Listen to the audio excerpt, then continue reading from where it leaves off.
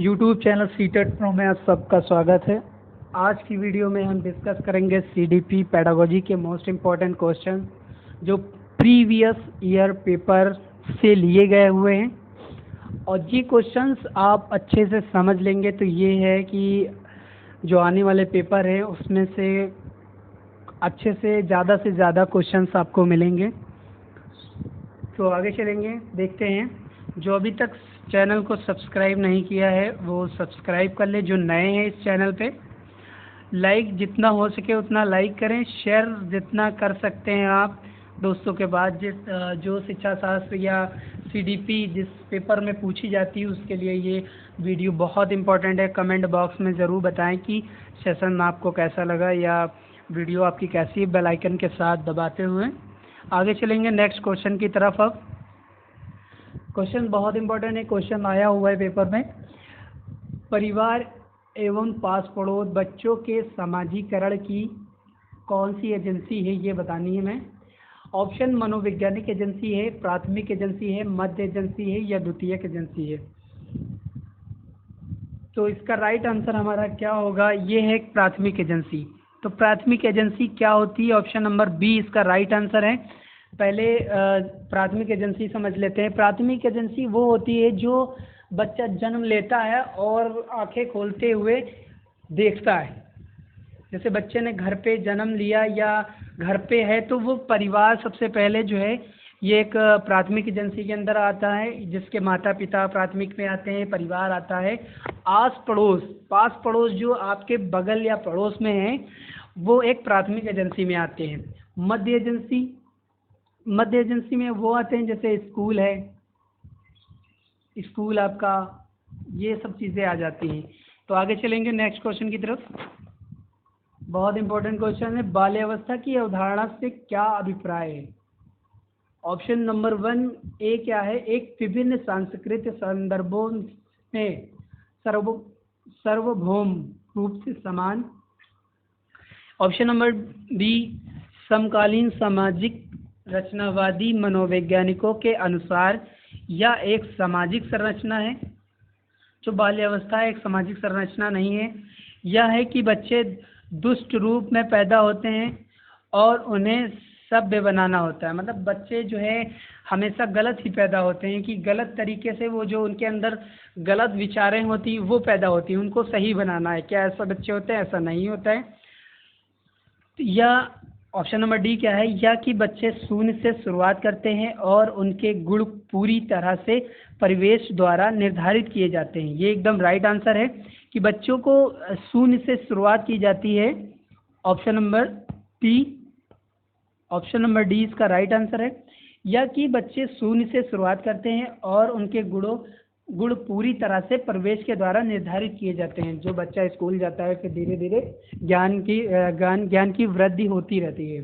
तो आगे चलेंगे नेक्स्ट क्वेश्चन की तरफ। निम्नलिखित में से क्या ज्ञान के सार्थक संरचना की प्रक्रिया का एक महत्वपूर्ण पहलू क्या होगा। जो ज्ञान का सार्थक संरचना की प्रक्रिया का एक महत्वपूर्ण पहलू क्या होगा। पुरस्कार दंड तो होगा ही नहीं, उद्दीपन प्रक्रिया भी नहीं होगा, लगातार अभ्यास तथा बार बार स्मरण करना ये भी नहीं होगा। ये ऑप्शन नंबर ए इसका राइट आंसर है। ऑप्शन नंबर ए इसका राइट आंसर सामाजिक पारस्परिक क्रियाएं करता है। जो सामाजिक पारस्परिक क्रिया है वो एक महत्वपूर्ण सार्थक संरचना का उत्पन्न होती है, सार्थक संरचना की प्रक्रिया होती है उसमें। तो आगे चलेंगे नेक्स्ट क्वेश्चन की तरफ। क्वेश्चन बहुत इंपॉर्टेंट है, देखेंगे। और आपको वीडियो ये पसंद आ रही होगी तो जितना हो सके उतना शेयर करते रहें आप लोग। बच्चे अनेक घटनाओं के बारे में सहजानुभूत सिद्धांत की संरचना करते हैं। यह एक पृष्ठभूमि में एक शिक्षक को क्या करना चाहिए। ये क्वेश्चन है हमारा कि बच्चे अनेक घटनाओं के बारे में सहजानुभूत सिद्धांत की संरचना करते हैं। इस पृष्ठभूमि में एक शिक्षक को क्या करना चाहिए। संवाद के द्वारा बच्चों की एक अवधारणाओं को चुनौती देना चाहिए या बच्चों के विचारों को खारिज करना चाहिए। विचारों को खारिज नहीं करना चाहिए, ना अनदेखा करना चाहिए आपसों के विचारों को। क्या ऑप्शन कहा गया है कि ऑप्शन को देखना चाहिए। डांटना तो बिल्कुल नहीं चाहिए बच्चों को। तो इसका राइट आंसर हमारा क्या होगा? Option number A is the right answer. A right answer है। संवाद के द्वारा बच्चों की इन अवधारणाओं को चुनौती देना चाहिए और उनकी जो सोच है, उनकी तर्क है, उनके हिसाब से बच्चों को काम देना चाहिए। तो आगे चलेंगे नेक्स्ट क्वेश्चन की तरफ। संरचनावादी उपागम बताता है कि डैश ज्ञान की संरचना के लिए अध्ययन आवश्यक है। मतलब आप बच्चा कोई नई खोज करना चाहता है, नया तरीका ढूंढना चाहता है या नई जानकारी प्राप्त करना चाहता है, तो उसमें बच्चे को क्या सबसे ज़्यादा उपयुक्त होगा? अनुबंधन नहीं होगा, दंड तो बिल्कुल नहीं होगा, यंत्र वृत्त याद करना, मतलब जो आपके जो सूत्र हैं या जैसे कोई चीज़ ऐसी है आप उनको याद करना तो बिल्कुल ही नहीं होगा। इसमें जो नहीं वाला जो पूछा जाता है तो इसमें राइट आंसर हो सकता है, लेकिन याद करना ऐसे राइट आंसर नहीं होगा। तो विद्यार्थियों को जो पूर्ण ज्ञान है उससे ही नए, जब तक आपको ज्ञान नहीं होगा तब तक आप नया खोज नहीं कर सकते। मतलब जैसे कि आपको कुछ भी ज्ञान है, अल्फ़ाबेट याद है, छोटे बच्चों को अल्फ़ाबेट याद है A to Z तक, उसके बाद अब बच्चों को हमें अल्फ़ाबेट के हिसाब से अब हमें पढ़ाना है कि अब दो अक्षरों का मिलाप होके बताना है कि ये इससे क्या बनता है, फिर इससे क्या बनता है। तो जब तक अल्फ़ाबेट नहीं पता होगा तब तक आगे नई खोज कैसे हो पाएगी? जैसे बच्चों को आम पढ़ाना है तो पहले आ के बारे में बताना होगा, फिर बड़ा माँ के बारे में बताना होगा। काम है तो काम पहले का के बारे में पता होना चाहिए, फिर माँ के बारे में पता होना चाहिए। और बड़ा आ की मात्रा जो होती है, हमारे आ की मात्रा होती जो, उसके बारे में पता होना चाहिए। जब तक वो नहीं पता होगा तब तक हम शब्दों को शब्द नहीं बना सकते। तो इसलिए कहते हैं ना पूर्ण ज्ञान, विद्यार्थी का पूर्ण ज्ञान। तो पूर्ण ज्ञान बहुत इंपॉर्टेंट है, इसलिए इसका राइट आंसर ऑप्शन नंबर 1 है, ए है। तो आगे चलेंगे नेक्स्ट क्वेश्चन की तरफ। शिक्षण कक्षा में पढ़ने में ध्यान न देने वाले बच्चों से किस प्रकार का बर्ताव करेंगे? आपकी क्लास में एक बच्चा है जो पढ़ नहीं रहा है, तो अब उसके साथ क्या बर्ताव करेंगे? बच्चों को कक्षा के बाहर जाने के लिए कहेंगे? बिल्कुल नहीं कहेंगे, ये तो रॉन्ग हो जाएगा। डांटना तो बिल्कुल नहीं होता है बच्चों को, और उनके गृह को अध्ययन वर्कशीट देकर कार्य करेंगे, वो भी नहीं होगा। तो इसका right answer option number C है। वो ऑप्शन नंबर सी क्या कह रहा है? ऑप्शन नंबर सी कह रहा है कि उनसे बात करके तथा उनकी अभिरुचियों का कारण या करने जानने की कोशिश करेंगे, अभिरुचियों को जानने की कोशिश करेंगे। तो इसका right answer option number C है। उन्हें डांटेंगे नहीं, उन्हें बाहर नहीं निकालेंगे कक्षा के, ना उनको अधिक कार्य देंगे कि उनको अधिक कार्य दे दिया बच्चे चुप हो गए कार्य करने के लिए, ऐसा कुछ नहीं करेंगे। पहले तो उनकी बातों को समझेंगे कि वो किस टाइप से पढ़ना चाहते हैं, किस विधि से पढ़ना चाहते हैं, वो क्या चाहते हैं, उनकी बातों को समझेंगे और उनमें जो उनकी अभिरुचि है उनके अकॉर्डिंग हमें पढ़ाने की पूरी तैयारी और कोशिश करना चाहिए। तभी बच्चों को ज्ञान में वृद्धि होती है और सीखता है। आगे चलेंगे नेक्स्ट क्वेश्चन की तरफ। निम्नलिखित में से कौन सी शिक्षण अधिगमन के लिए एक प्रभावशाली प्रणाली नहीं है? तो सबसे पहले क्वेश्चन को समझेंगे। नहीं पूछा गया है, इसमें 3 ऑप्शन राइट होंगे, एक ऑप्शन गलत होगा, वही राइट हो जाएगा। बच्चों को अंतर्दृष्टि के द्वारा अनुमान लगाने के लिए प्रोत्साहित करेंगे, सही है, प्रोत्साहित करेंगे। प्रयोग और प्रक्षेपण करेंगे, ये भी सही है। संवाद और परिचर्चा करेंगे, मतलब कोई एक शिक्षण अधिगमन है और पर हम चर्चा करेंगे उसके बारे, उस टॉपिक के बारे में चर्चा करेंगे तो हमें नॉलेज बढ़ेगा, मतलब ये सही है। प्रयोग और प्रक्षेपण, मतलब प्रयोग और पर्यवेक्षण करेंगे, पर्यवेक्षण करेंगे मतलब प्रयोग करते हुए उसकी जानकारी हासिल करेंगे।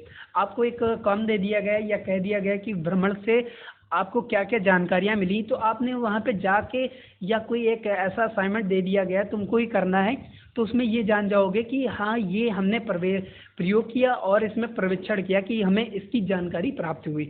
मतलब इससे आप कर सकते हैं, प्रभावशाली तरीका होता है जिसमें। पर ऑप्शन नंबर डी क्या कह रहा है? दिए गए ज्ञान को दोहराने पर ध्यान केंद्रित करना, ये ऑप्शन नंबर राइट, इसका जो डी है ये सही है। पर दोहराने पर बल नहीं दिया जाता है। शिक्षण अधिगमन के लिए एक प्रभावशाली जो प्रणाली होती है उस पर बल नहीं दिया जाता है। पर इसका जो राइट आंसर हमारा है ऑप्शन नंबर डी है। इसका राइट आंसर, क्योंकि नहीं पूछा गया है तो नहीं, ये दोहराने पर बल नहीं दिया जाता है, सीधी सी बात है। बच्चों को दोहराने के लिए ध्यान केंद्रित नहीं किया जाता कि आप बार बार दोहराएं उनसे, बस ये कि अंतर्दृष्टि से समझने की कोशिश करें, प्रयोग करें, वो संवाद करें, खुद पर चर्चा करें, खुद तर्क करके बात करें, वो इम्पोर्टेंट है। आगे चलेंगे नेक्स्ट क्वेश्चन की तरफ। निम्नलिखित में से कौन सा प्रभावशाली समस्या समाधान रणनीति के एक उदाहरण है? जो प्रभावशाली जो समस्याएं होती है, समाधान का रणनीति एक उदाहरण है। समाधान के मूल्यांकन पर बिल्कुल ध्यान नहीं देना चाहिए, या क्रियात्मक अनियमितता एक वस्तु के केवल परंपरागत कार्य पर ध्यान देना चाहिए, या प्रतिक्रिया निर्धारण समस्या प्रस्तुतिकरण के एक ही आयाम में सीमित रहना चाहिए, या समाधान संधि विश्लेषण समस्या को अनेक उपलक्ष्यों में विभाजन कर देना चाहिए।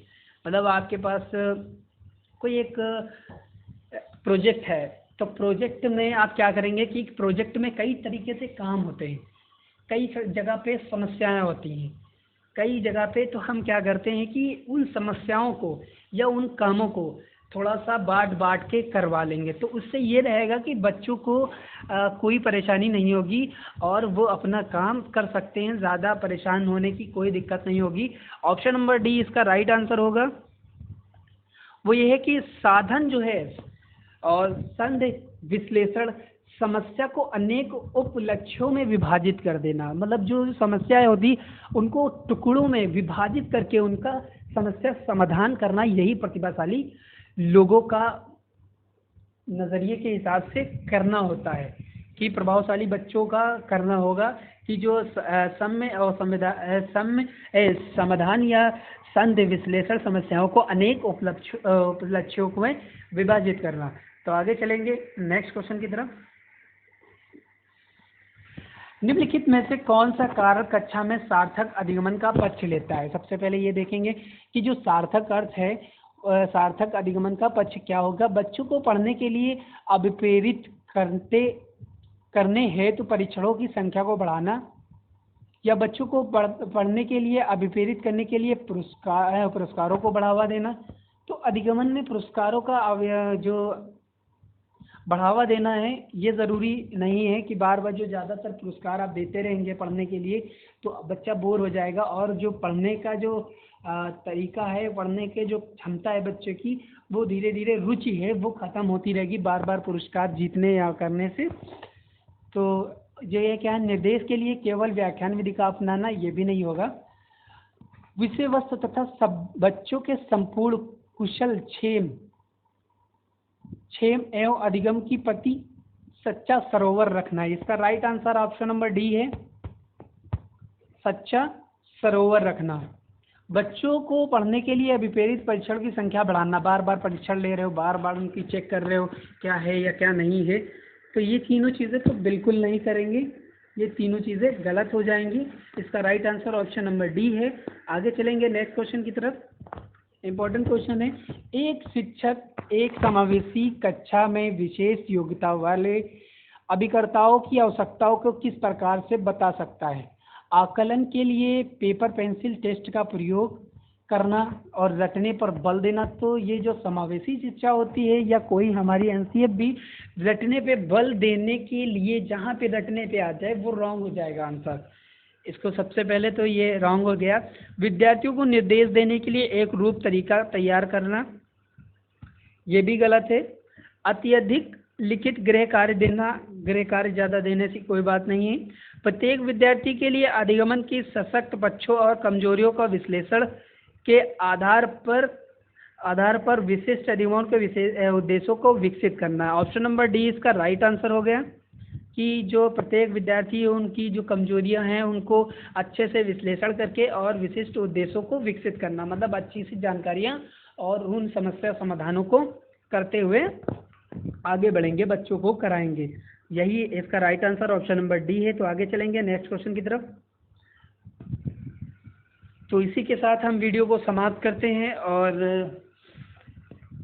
डिस्क्रिप्शन में सभी ईवीएस हिंदी और मैथमेटिक्स पेडागोजी की जो क्वेश्चंस हैं वो आपको मिल जाएंगे। प्रीवियस ईयर पेपर इस समय सीरीज चल रही है करीबन, तो सारे सब्जेक्टों की जो हमारी जो लिंक है वो सब उसमें मिल जाएंगी। और CTET pro CTET pro Instagram पे है, तो इंस्टाग्राम पे आप फॉलो कर सकते हैं सीटेट प्रो से।